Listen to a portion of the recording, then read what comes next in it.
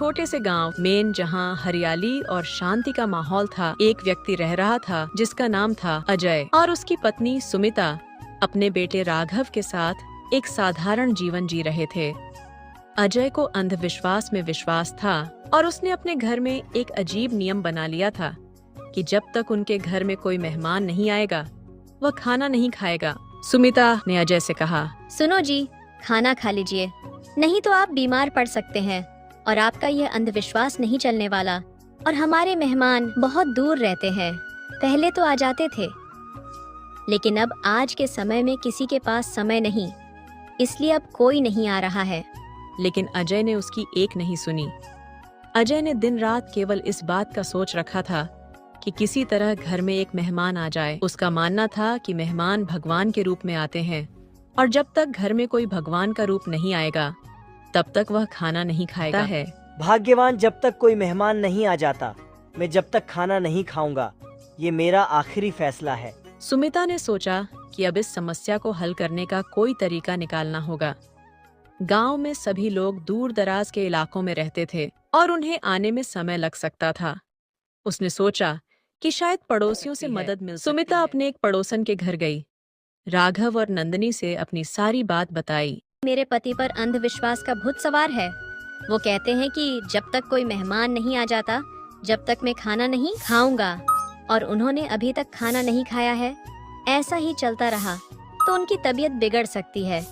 मुझे आप लोगों की मदद चाहिए। नंदिनी ने सुमिता से कहा, हम तुम्हारी मदद करेंगे, हम गांव में मेहमानों की खोज करेंगे। वे अपने घर से बाहर निकलकर गांव में मेहमानों की खोज करने लगे, लेकिन गांव में कोई भी ऐसा व्यक्ति नहीं मिला जिसे वे अपने घर बुला सकें। सुमिता ने सोचा कि अगर कोई मेहमान नहीं मिला तो वह कुछ और प्रयास करेगी। उसने फैसला किया कि वह नगर के बाहर के गांवों में की तरफ चल देती है तो उसे रास्ते में वहां उसे एक घर दिखाई देता है। वह वहां अंदर चली जाती है। उसे 2 मेहमान मिले जो काफी दूर के थे। सुमिता ने उन्हें अपने घर चलने के लिए कहा। वहां एक अजनबी ने कहा, ये तो हमारे मेहमान हैं, ये तुम्हारे घर क्यों जाएंगे?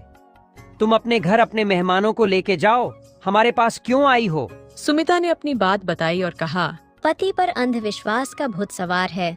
वो कहते हैं कि जब तक कोई मेहमान नहीं आ जाता जब तक मैं खाना नहीं खाऊंगा, और उन्होंने अभी तक खाना नहीं खाया है।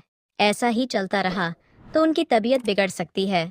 मुझे आप लोगों की मदद चाहिए। एक मेहमान ने कहा, ठीक है, हम तुम्हारे घर चलते हैं, हम तुम्हारी मदद करेंगे। वो उसकी बात मान ली। वे सुमिता के घर की ओर चल देते हैं।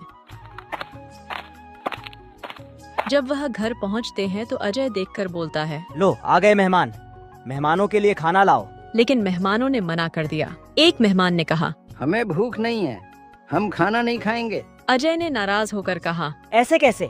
घर में मेहमान को बिना खाना खिलाए नहीं भेज सकते। अजय की बात सुनकर मेहमानों ने सोचा कि वह पागल हो गया है और बिना किसी अधिक चर्चा के वहां से भाग गए। सुमिता ने देखा कि मेहमान चले गए हैं और अजय के लिए खाना लेकर आई। लेकिन अब यह खाना कौन खाएगा? सुमिता ने परेशान होकर अजय से कहा, मेहमान तो चले गए हैं, अब इस खाने का क्या करें? मैंने बहुत मेहनत की थी दूसरे के घर से मेहमान लाने में, वो भी यहाँ से भाग गए। बार बार मेहमान ढूंढकर लाना मुश्किल हो गया है। सुमिता अपनी सहेली नंदिनी के घर की तरफ चल देती है।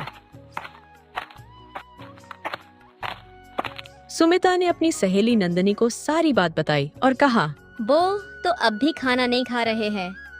जो मेहमान ढूंढ कर लाई थी वो भी भाग गए हैं। अब क्या करें? उनके सर पे से भूत उतर ही नहीं रहा है। अब क्या करें? नंदिनी कहती है, ये तो बहुत गंभीर समस्या।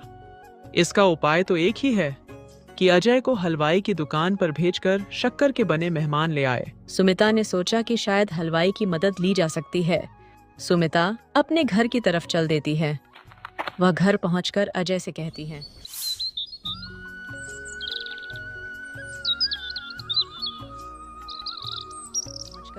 कहती है, तुम हलवाई की दुकान पर जाकर शक्कर से बने मेहमान ले आओ। इससे हमारे घर में मेहमान भी आ जाएंगे और आप खाना भी खा लोगे। अजय कहता है, ये उपाय सही है क्योंकि लोगों के पास समय नहीं है, इसीलिए कोई नहीं आता है। आप पहले तो आ जाते थे, अब पता नहीं क्यों नहीं आते हैं। चलो तुम मुझे पैसे दो, मैं हलवाई के पास जाता हूँ।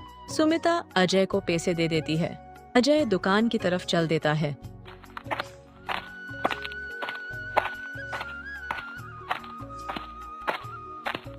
तभी उसे रास्ते में उसे सगवा नामक एक किसान मिला जो खाना खा रहा था।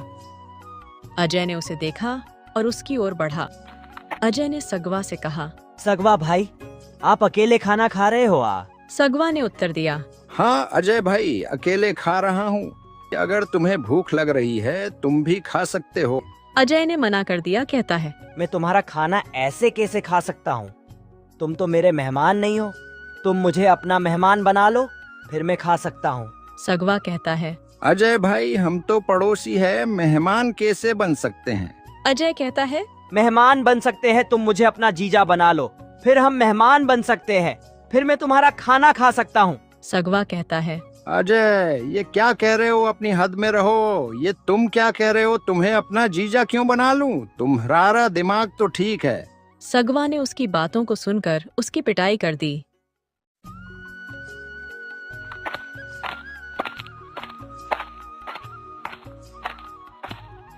फिर उसे और सुरेश नामक एक व्यक्ति मिला जो अपने घर में अकेला खाना खा रहा था। अजय ने सुरेश से कहा, सुरेश भाई, आप अकेले खाना खा रहे हैं? सुरेश ने जवाब दिया, हाँ अजय भाई, अकेले खा रहा हूँ, तुम भी खा सकते हो। अजय ने मना कर दिया। कहता है, मैं तुम्हारा खाना ऐसे कैसे खा सकता हूँ? तुम तो मेरे मेहमान नहीं हो।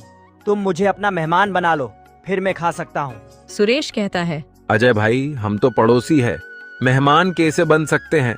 अजय कहता है, तुम मुझे अपना जीजा बना लो, फिर हम मेहमान बन सकते हैं, फिर मैं तुम्हारा खाना खा सकता हूँ। ये बात सुनकर सुरेश ने भी अजय की पिटाई की और अजय वहां से निकल गया।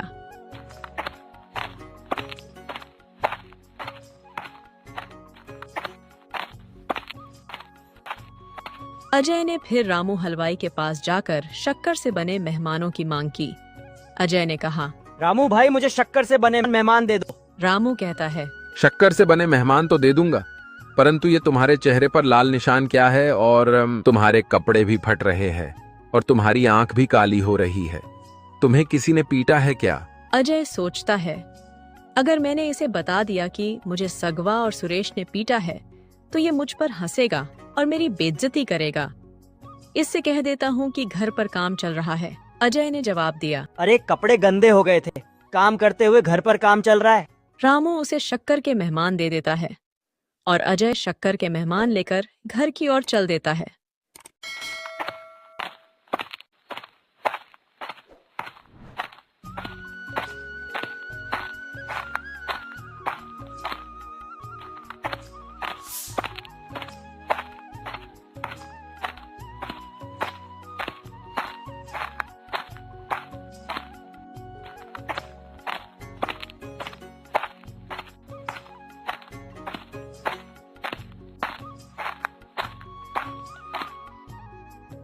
सुमिता देखकर पूछती है, तुम्हें क्या हुआ? अजय कहता है, अरे कुछ नहीं, मैं सगवा भाई से कह रहा था कि मुझे मेहमान बना लो, तो उन्होंने मेरे संग हाथापाई कर दी। सुमिता कहती है, जब तुम उल्टी सीधी बातें करोगे तो लोग तुम्हारी पिटाई ही करेंगे। अगले ही दिन सविता के भाई भाभी और चिंटू घर आ जाते हैं। सविता देखकर बहुत खुश हो जाती है और उन्हें घर में बुला लेती। सुमिता अंदर घर जाती है खाना लेने के लिए। वहाँ पर राघव सुमिता से कहता है, मम्मी, ये मेहमान बहुत दिनों बाद घर आए हैं, मेरा इनको खाने का मन कर रहा है। सुमिता कहती है, ये मेहमान तुम